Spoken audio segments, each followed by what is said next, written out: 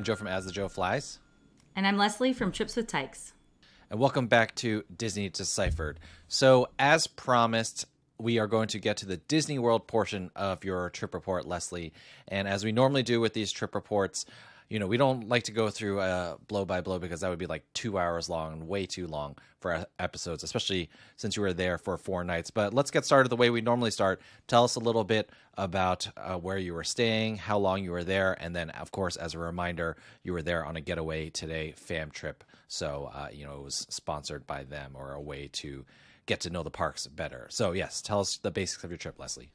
Exactly. All right. Thank you for getting that disclosure out of the way. So yes, I was in Orlando for 6 nights, and we've already talked about the first 2 nights were at Universal, and then we headed over to Disney for the last 4 nights. I had to leave the trip, unfortunately, a day early, so I missed the last park day, which was Animal Kingdom. So, I guess I'm on record that that's my least favorite park, so it worked out, but was a little bit bummed not to get to finish out the trip at Animal Kingdom and then at Hoop-Dee-Doo Review, which is my favorite. I was bummed to miss Hoop-Dee-Doo Review. How about that?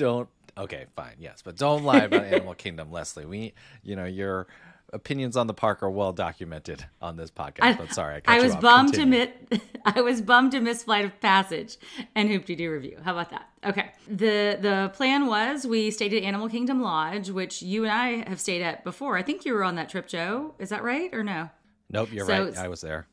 Okay. All right. So stayed at Animal Kingdom Lodge, and this time I had a Savannah view, which was lovely. I did not have that last time, so it was very relaxing to look out on the balcony and see the animals right there. And we actually were very lucky. We ended up with a room that was close to the lobby because I know some of those corridors can be very, very meandering. But stayed there, checked in, and then we had dinner at Boma the first night, and then the next 3 days were all park days. So we'll kind of talk about different things in each of the parks. But I really love Animal Kingdom Lodge. It's just far. That's the negative about that hotel. Definitely. I feel the same way. For me, it's like if I'm staying at Animal Kingdom Lodge, I want that to be a trip where I'm spending more time at the resort and enjoying it there, maybe long afternoons. Maybe it's like better in the summer when you're not out in the weather, although you can't enjoy it. Well, like we said in the Kilimanjaro Safaris episodes, if you have a safari view, a Savannah view, the animals don't care when it's raining, so maybe you can still enjoy that. So you mentioned Boma. So what we're going to do today is we're going to just talk a little bit about your experiences and more the new experiences that you had. But since we are on Animal Kingdom Lodge, why don't you talk about your impressions? You haven't been there for 5 or 6 years as a resort, as a deluxe resort, and the cheapest deluxe resort because of what we mentioned, that it's so far away. How do you feel like that is looking for our families these days? How do you feel about your room? And you had mentioned on message to me that the rooms had been renovated, which I think is something that I had not clocked myself. Yeah, I'm not sure when they were renovated, but it was several years ago. It might have been actually just before the pandemic. So it wasn't something that was done very, very recently, but renovated since you and I last stayed there. And I really liked the design. It was much richer. It felt more luxurious. I mean, before, like Disney deluxe hotels, sometimes they feel like, okay, we're trying to imitate luxuriousness, but the fit and finishes aren't really luxurious. They sometimes feel dated very quickly, and I felt like these were a little bit more timeless, a little bit higher end. I loved how they added pocket doors to close off the sink area to the room. So that's really important for families. I talk about that a lot. I think having part of the bathroom open to the main part of the room can be really disruptive if you have a sleeping baby or toddler. So I like that. I stayed in a 2-queen room this time. Last time I was in a bunk room, so I haven't seen what those look like, but I liked the design. It definitely felt nicer.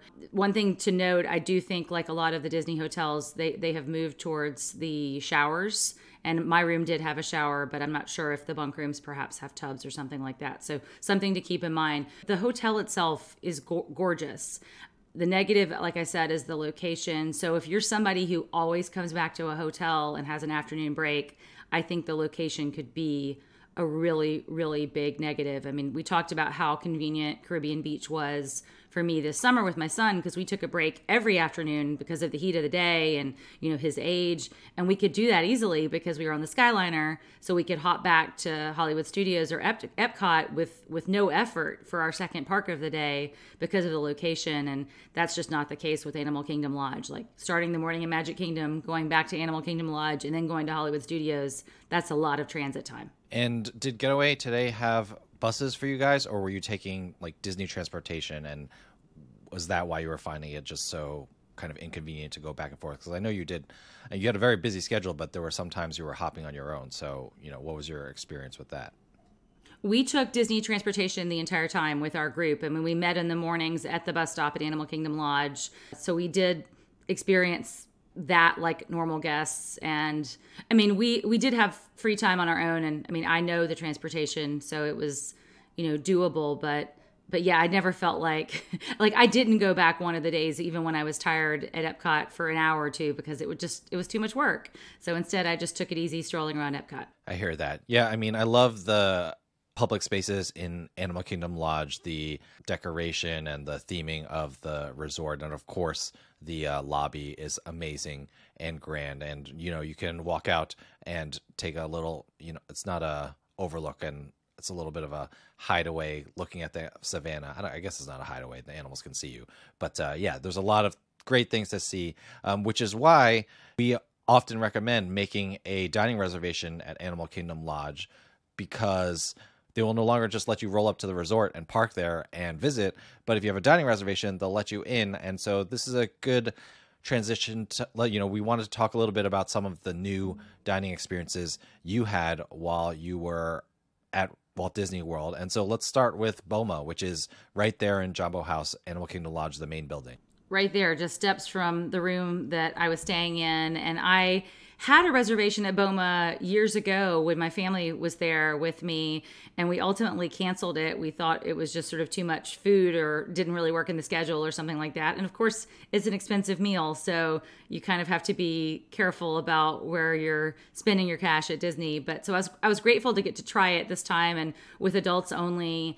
And I mean, it lives up to its reputation. I thought the food was just fantastic. It's a buffet, but it's a high-end buffet with lots of choices, a lot of unique foods that maybe, we as Americans haven't tried, but not so exotic as to be not appealing to like pickier palates. I'm not a super adventurous eater, but I tried pretty much everything that was on the buffet there and found a lot of dishes that were just twists on something that we, probably would have in our culture, but that are just a little bit different flavors. So I enjoyed it immensely. It's a ton of food. I did, of course, check out the kids menu. There's a whole section with about 4 chafing dishes full of kid-friendly food. There's the classic Disney mac and cheese, some chicken nuggets, a couple of other, like I think some peas and carrots or something like that, so they get their veggies. So there was enough there that my kids would have eaten, and there was certainly enough on the dessert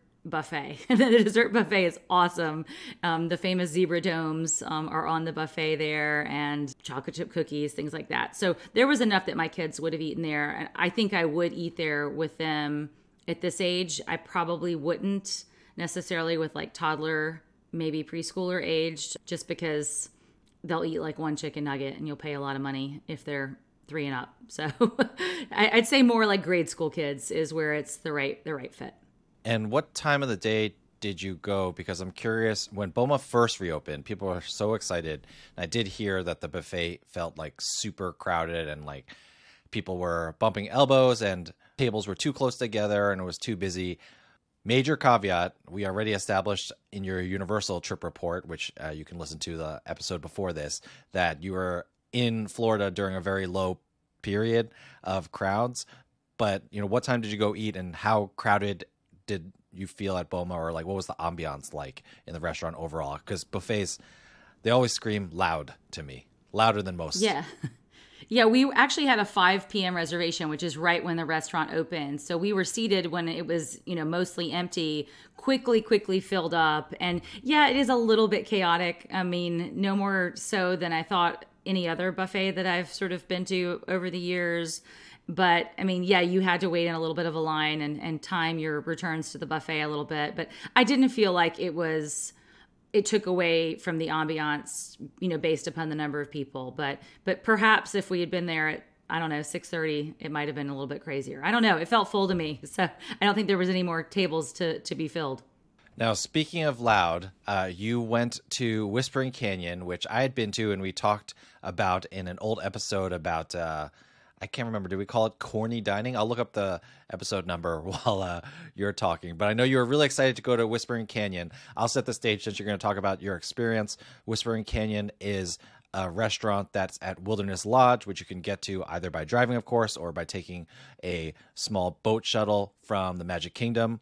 And their, I guess, claim to fame is not only is it very loud, but there's just a lot of jokes and funny gimmicks going on. The famous one that my kids loved, and I'll let you talk about some of the other ones, but what my kids loved was when you ask for ketchup, there is a table that will have 1 million bottles of ketchup, and someone will yell ketchup when you ask for it, and then that table will bring all the ketchup over to you, and then you become the table with the ketchup waiting to distribute all these bottles, free advertisement for Heinz of ketchup to the next table. So it's a lot of fun, and I know you'd been looking forward to going to this, and you love corny stuff. Again, well-established, well-documented on Disney Deciphered. So tell us about your experience at Whispering Canyon. So we had a late lunch there with a big group, so 2 big tables, and I guess they had been tipped off that we were, bloggers and influencers. So I think we probably got like the best waiter in the house, but he was absolutely fantastic. I mean, they just start out by giving you lip, and you're difficult. You order another Diet Coke, and then the first person who did that at our table was one of the sons, a high school age son of one of the Getaway Today representatives, and they brought him out a Diet Coke that was like this. It was like a little miniature Diet Coke that was like a sip of soda. And then the next person who asked for a Coke got brought out a giant 2-liter soda, filled to the brim. And of course we got photos of them cheersing with each other with these giant and tiny drinks. And so they just give you a lot of attitude. Then there's a part where everybody can get up, and they have like stick horses, and they have everybody take a pony ride around the restaurant, which is a lot of fun to music. And there's a guy in a giant 10-gallon hat, like the kind that people wear at football games, that's made of foam, not of real cowboy material. So just a lot of fun. It was surprising to me. It wasn't full, and maybe it was because we had a late reservation. Maybe it was because it was low season, because I always think of that as a tough reservation to get, but it was not full. And perhaps it was there wasn't a full wait staff. I mean, that still is an issue, I know, at a lot of places, but we really enjoyed our food, and the food was great. I haven't mentioned the food. The signature items are these skillets, and you can get a breakfast food skillet or kind of like a ribs and meat skillet, or you can order a la carte, but we got the skillets and really enjoyed our breakfast. Mickey waffles and eggs and hash browns and sausage and bacon and all of it. It was delicious food and a great atmosphere. I would go there again and again and again. It's up on the list with Skipper Canteen for me. Yeah, it's a lot of fun. And Leslie, to remind you, okay, we still are mainly an audio only podcast. So when she said that the soda was this big, she had her fingers about 2 inches away from each other. Was going to do this a little bit later, but just good time to remind everyone that we are on YouTube now. So if you could like and subscribe to our new YouTube channel at Disney Deciphered, we'd really appreciate that. And also, of course, if you're booking a Disney vacation, you can work with me at no cost to you, Joseph Chung at travelmation.net. And if you want to read about traveling with kids to theme parks and elsewhere, please check out Leslie on tripswithtykes.com. All right. One more restaurant to talk about. I just want to touch on this really quickly because we haven't been there. I haven't been there actually since I went with you for breakfast one day when Toy Story Land opened, but you had lunch at Woody's Lunchbox. It's still a very popular destination. For me personally, I'm not sure if it's because of location or because of the food. So talk to us a little bit about your experience at Woody's Lunchbox, the quick service restaurant at Toy Story Land in Hollywood Studios. Yes, I ate there lunch on my own with three of the other attendees, my Disneyland with Kids ladies. We've mentioned that my Facebook group that I share with three other bloggers. So we had lunch there. We mobile ordered really early because that is a restaurant where you still do need to mobile order a little bit in advance or the slots will be gone. And so that worked out for us. We had an early lunch and everybody got something different. I got the tachos again. Those are still delicious. And in fact, a little bit better than I remember them being opening weekend. But the thing that is so difficult about that restaurant is there is not enough seating. So what we did is someone went to pick up the mobile order. The rest of us stalked the seating area. And it's really hard. You can't get into the backside of the seating area. They actually have a cast member roping it off. So you have to sort of go through the line or the mobile order pickup to even physically access the seating area because I think people were, using it for their picnics, et cetera, et cetera. But there's not enough seating there. And we, we're helping people when we got to leave to notify them that we had a seat available. So I do think the table service restaurant coming to Toy Story Land is long overdue. I did get a peek at it. It still looks very under construction. I can't believe it, but it is. It doesn't look close to done. So at least there were a lot of scrims up and things like that. But yeah, it's just a popular restaurant, I think, because the theming is great. The location, there's really not anything else to eat within that immediate vicinity. It's a long walk to Galaxy's Edge. It's a long walk out to the other parts of the park. So yeah, but still good, but just a lot of work. People can't say no to tater tots, and that's what makes things so crowded. Now, while we're in Hollywood Studios, let's get to some of your touring experiences. We're not going to get to all of them, but did want to talk to you about Hollywood Studios. You rope dropped the park, if I'm not mistaken, but your plan, and I think you had yourself pretty well set up lightning lane wise, individual lightning lane wise. You had all your ducks in a row, but Hollywood Studios went all Hollywood Studios on you. So why don't you talk to us a little bit about what went wrong at Hollywood Studios, and I guess how did you deal with it? Because I think, unfortunately, I was telling a client the other day, you're going to make a good plan, but that doesn't mean you're going to be able to use that plan. So talk to us about how things went wrong and how you guys adjusted for it. Sure. So this was our first day in the parks, and we had divided into two teams. So one group was planning to rope drop Slinky Dog Dash, and I think then Genie Plus Tower of Terror, and then the other group was doing the reverse, rope dropping Tower of Terror and lightning laning Slinky Dog Dash. So I was in that second group. So I actually was the person who got the lightning lane for Slinky Dog Dash. And I will just reiterate right now, it is so important to use two phones because we had a big group and everything was sort of hanging on. We were leaving the park at, I think, 1:00. So we had to get a quick return time for Slinky Dog Dash. And I said, you know what, let me try to, because our Getaway Today rep was supposed to get it for us just for insurance. And sure enough, her phone app crashed at the moment that she needed to get that lighting lane, and mine was working and I was able to snag it. So use two phones always. Yeah, time out. Okay, let's be honest. You didn't trust anyone else with this lightning lane. You were ready to go. Okay, like there's okay. No way that you'd be in a group like that and you were like, I'm the captain now. Okay, I'm gonna get this lightning lane. So good on you for getting it. Well, I mean, they go more often to Disney World than I do, so they're pretty experienced as well. And it just was, I was sitting on the bus. We were pulling away in a bus from Animal Kingdom when we had to make the selection, and it was like that transition between Wi-Fi and 5G coverage, and hers dropped and mine didn't. So you got to be super careful about that. So, but yeah, you're right. I don't want to cede control of this to anybody else. I want to be in the driver's seat, but bringing that stress upon myself. But anyway, we did get to Hollywood Studios. We were there in time for early entry. We had a plan. And interestingly, they did not open the gates at Hollywood Studios until 5 full minutes late. And that was really surprising to me because I've never seen a Disney park do that, especially when you only have 30 minutes of early entry to rob everybody of 5 minutes to not start scanning people in. That was a negative. And I don't know what was happening that morning, but we lost 5 minutes. We started scanning in. We were probably within the first 20 people through the gates. We were very quick. And we started making a beeline to Tower of Terror, and we see cast members blocking the road towards Tower of Terror. And we said, is Tower of Terror down? And they said, yes, and Rock and Roller Coaster. And we went, oh my gosh, both rides are down. So we can't, because the alternative would have been Rock and Roller Coaster to rope drop for our team. So we thought, okay, it's Mickey and Minnie's Runaway Railway. The other team, meanwhile, was headed back towards Slinky Dog Dash. They found out that was down. So 3 of the most popular rope drop attractions were down to start the morning in Hollywood Studios. Slinky did open soon after.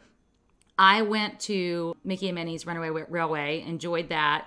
I think we were some of the very first people on the ride there, which was fantastic. And I can't wait for it to open at Disneyland. So looking forward to that. But then after that was over, we thought, okay, surely either Rock and Roller Coaster or Tower of Terror will be open any minute. Let's go down in that direction. And that was when regular park guests got in. So we were kind of then mixed in with them. And if we had been in 5 minutes early, we would have been ahead of them. So, that 5 minutes made all the difference between getting 1 attraction and 2 attractions. But there was not a second attraction to be had because they both were still closed. So we waited and hung out for a little while, thinking surely one of these will open any minute. And after about 15 minutes, we saw the writing on the wall. We jumped ship.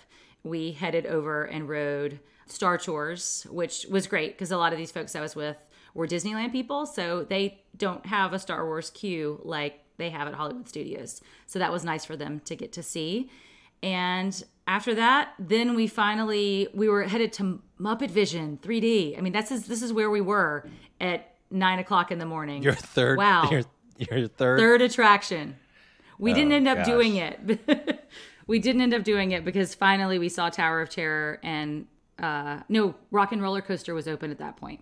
So we made a beeline and we wanted to ride Single Rider because at that point, so many guests coming in the front gates had headed there. And it was about a 20, 25 minute wait. And we were like, Single Rider. And it was not open yet. So, and then of course, while we were in the queue, they opened Single Rider, of course. So it was not ideal, but we did eventually make our way to Slinky, did manage to snag our next lightning lane for Tower of Terror. So we did get to ride that before we left the park. Like I said, sat down at Woody's for lunch and just sort of did some general touring and, checked everything out that was around Hollywood Studios. But it wasn't a super successful morning. We salvaged it because we knew, what to do. But it would have been really, really hard for a first-time guest to figure out the different pathways with 3 headliner attractions down. It was too much. Yeah, that's brutal.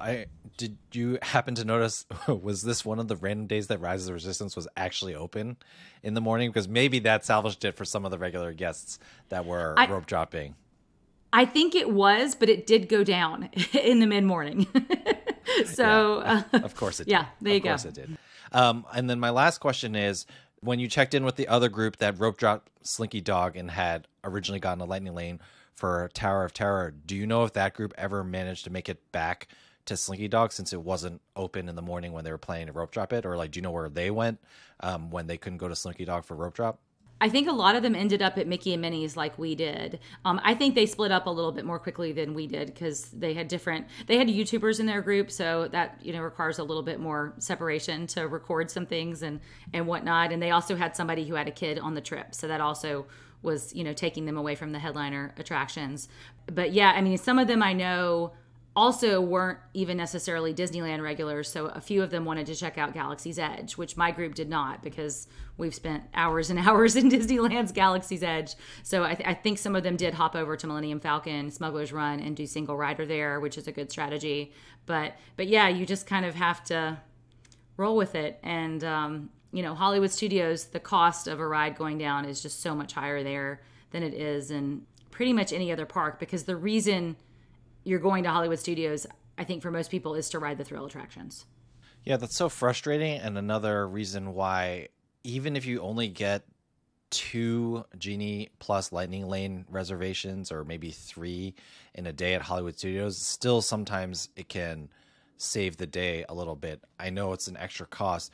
It's again, one of those things where, we say buy the individual Lightning Lane access to Rise of the Resistance just to give yourself insurance for a bad experience, bad situation. It really sucks that you have to pay to kind of ensure that your day doesn't get ruined. But again, just a little reminder, if you have the budget, Genie Plus can save a day at Hollywood Studios when things are going down. Last quick question about Hollywood Studios.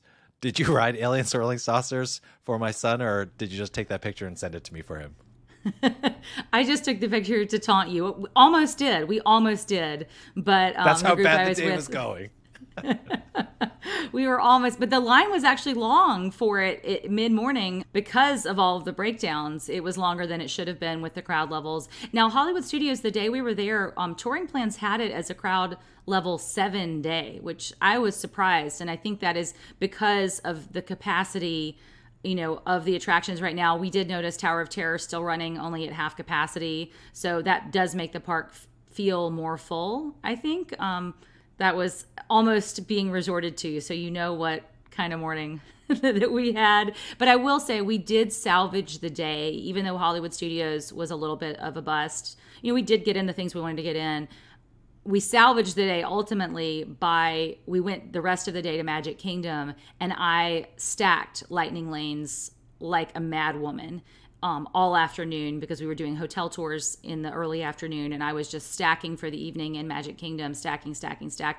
And by the time we got into Magic Kingdom, we had 4 lightning lanes lined up for the evening, and then deluxe hours for deluxe resort guests, the evening hours. So that truly salvaged the day. We ended up riding a lot of attractions, but just not at Hollywood Studios. I hear that. One last note on Hollywood Studios. It's crazy to me that Tower of Terror is still not running all the elevators. And related, one of our patrons, Mo B, was messaging us, was there just recently this week as we're recording this, and said that Tower of Terror's Lightning Lane reservations actually ran out earlier than Slinky Dog Dash on the day that they were there. So that's pretty crazy. It was like about an hour beforehand. So, these things, I don't know. Disney's really got to get these rides back running at a regular pace without so many interruptions. But that's for another episode.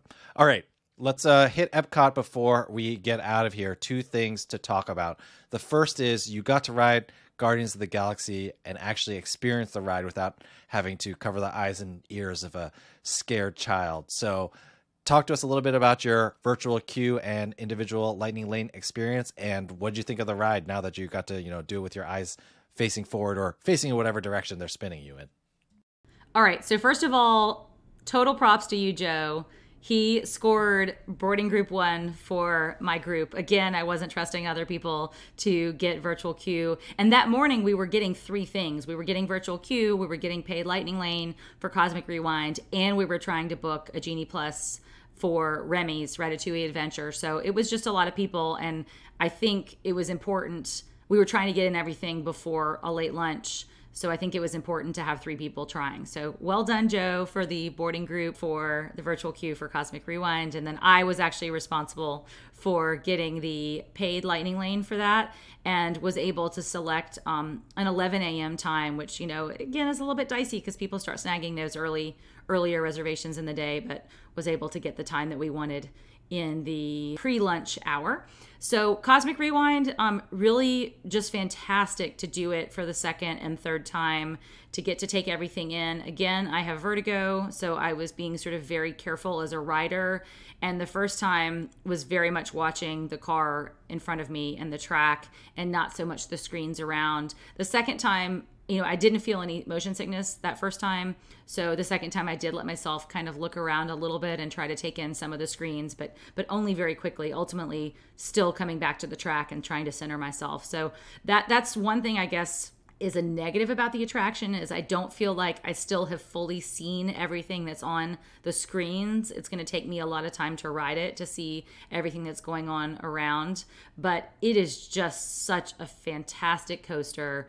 So smooth. The turns are, add to the thrill, but not so many like the spinny kind of attractions that you'll find at a state fair that are just meant to make you vomit. Like, it's not that kind. It's like spinning with a purpose. And the queue itself was great. This was the first time I've gotten to walk through, I think, the regular queue, or maybe I did so quickly that I must have used my I can't remember my lightning lane individual last time. lightning lane did last time. We did. Okay. You okay. did not go through the queue. Yeah.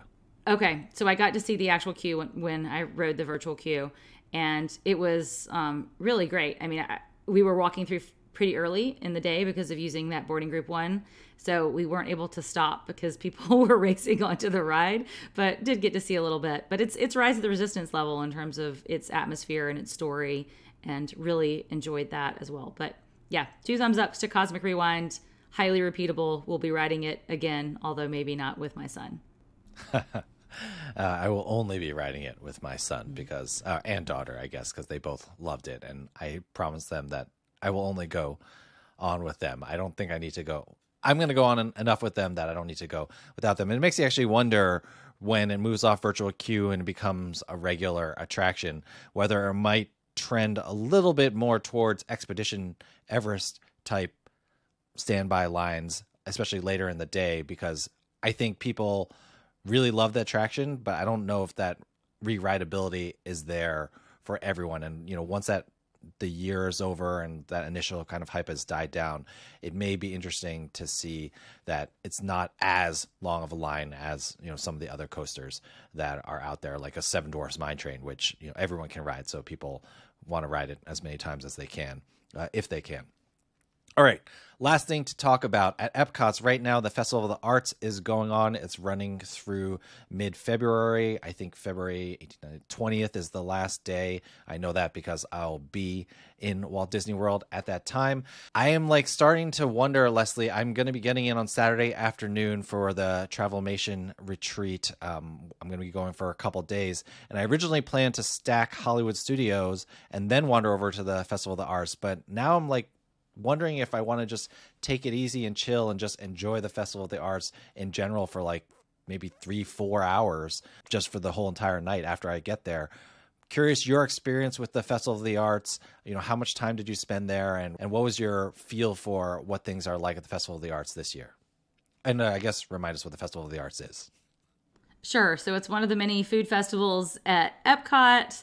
It's kind of the smallest of the festivals and the shortest, and it celebrates everything artistic. A lot of local artists are there displaying their wares, and there's some demonstrations. I mean, I will say I didn't do any of that. I just did the food side of things, and the food is very pretty. I mean, that's sort of the gimmick of the festival from the food perspective. A lot of things that are beautiful colors, and like a cookie that looks like an artist palette with colored icing on top of it. So things like that. It's really quite pretty.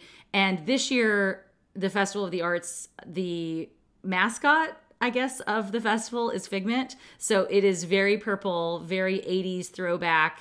The Figment popcorn buckets were being fought over the first day that I was there for sure. But I enjoyed it. I really enjoyed the Beacons of Magic. There's a new Figment show on Spaceship Earth that is beautiful. So definitely worth seeing that. Just enjoyed sort of Figment being everywhere. The food itself to me wasn't super memorable. I didn't have time to try necessarily as much as I would have if I had been sort of there for a full day, but I tried a pretty good sampling. I mean, at least a half dozen different food items, both sweet and savory, and nothing was super memorable. Nothing was bad, but nothing was super unique to me. The best one was there was some General Tso's shumai at the China Pavilion. So that was my top pick of everything that we tried. But a lot of the desserts were very purple, and I don't know, food coloring. Disney kind of goes a little bit overboard. Figment, Leslie. Yes. Figment inspired desserts. I know. I'm not sure that's meant to be eaten, but we did have a good time at the festival, just strolling. The lines were long. Of course, I was there on opening day, so that's something. But they did move fast. That was one thing. You look at a line and you think, "Oh my gosh, I should never stand in this," and then you'd get through it in 10 or 12 minutes. So that was a relief to see things really operating pretty well, even on opening day. So I think it'll be even better by the time you're there, Joe. Yeah, and I think that I will probably, I don't know, I'm debating what to do with the kids. There's obviously the scavenger hunt that is associated with the Festival of the Arts. We might do that, but then they've also reopened I was about to call it Agent Peas, but now it's the DuckTales World Showcase Adventure. And so, I think my kids are going to be really into those things. And so I am looking forward to just trying that and having them just wander around and do some scavenging. I think when we go in February as a family, we'll be a little bit less ride oriented than normal. I will try to go at the kids' pace, especially if they want to do these scavenger hunt type things, which is, the fun part of the Festival of the Arts. You can get this scavenger hunt for the kids. They can do that while you as the parents are enjoying the food and what there is to offer. And I know there are art demonstrations and music demonstrations. So my kids, if we happen upon that, they'll be really into that. So it'll be interesting to see what that's like. And I mean, part of my plan for this Saturday is just to preview that a little bit for the kids. Obviously, when you're listening to this, I will already have gone. So I'll have already experienced this, but you're listening to Past Joe right now. All right. Well, that all sounds great. Any final things that stood out to you from your trip that we haven't covered yet? I think we've covered. I guess I should just close it out with a Disney do or don't. So I will. My Disney do, and this did stand out to me, is do get Remy's as your first choice Lightning Lane in Epcot, no matter what. It used to be, at least as far as I, paid attention, that Remy's and Frozen would kind of be equally popular. But while we were there, we noticed Remy's was running out the entire time before most people would be eligible to make a second selection. So if you want to ride that, I think that has to be your top pick right now. I don't know why that's sort of edging out Frozen capacity-wise or anything like that, but it is at this moment. So pay attention. But for our trip, we were glad we made that our first selection, and I was able to rope drop Frozen and then ultimately refresh and get a Frozen Lightning Lane later in the day. So that is maybe a little bit of an easier grab. Great tip. Well, thank you so much, Leslie, for sharing your experience with us. It's great that you got to go back to Walt Disney World. You will be going to Disneyland. Actually, by the time you all listen to this, Leslie will have been at Disneyland. I will have been at Walt Disney World. Patrons, you'll have heard some live trip reports from all of that. It's going to be Trip Report Central around these parts, Disney Deciphered headquarters for the next month or so, with maybe some more Genie Plus episodes thrown in there. Yeah, it sounds great. I want to just say one more time that I feel like January is a really nice time to go. That time between the holidays and President's Day, outside of Martin Luther King Jr. weekend. And really, it's just 2 or 3 days of that weekend. So if you're there for a longer week-long trip, it doesn't really matter if you have that weekend being a part of it. It's just a really nice time to go. The weather is great. Yes, the parks close a little bit earlier, but the Festival of the Arts is going on, which is my favorite Epcot festival, and it's just a really great time to go. So if you are planning trips, I guess it would be for 2024 at this point, do be thinking about this time. It's a nice time to go. If you have any questions for us or anything you want to share with us, email us disneydeciphered@gmail.com. You can tweet at us at WWDeciphered on Twitter, or find us on Facebook and Instagram, Disney Deciphered. Thank you so much, everyone, for listening to this trip report. And other than that, Leslie, thank you so much for taking the time to talk to me. And I will see you never eating a purple dessert again. Thanks, Joe.